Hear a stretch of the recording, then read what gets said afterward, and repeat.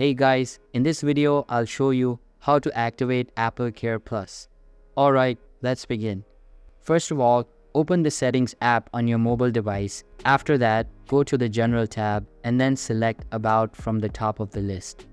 Inside it, you will be able to see the AppleCare Plus section below the serial number. Note that you are only able to get the option to activate AppleCare Plus when you have purchased your device less than 2 months ago.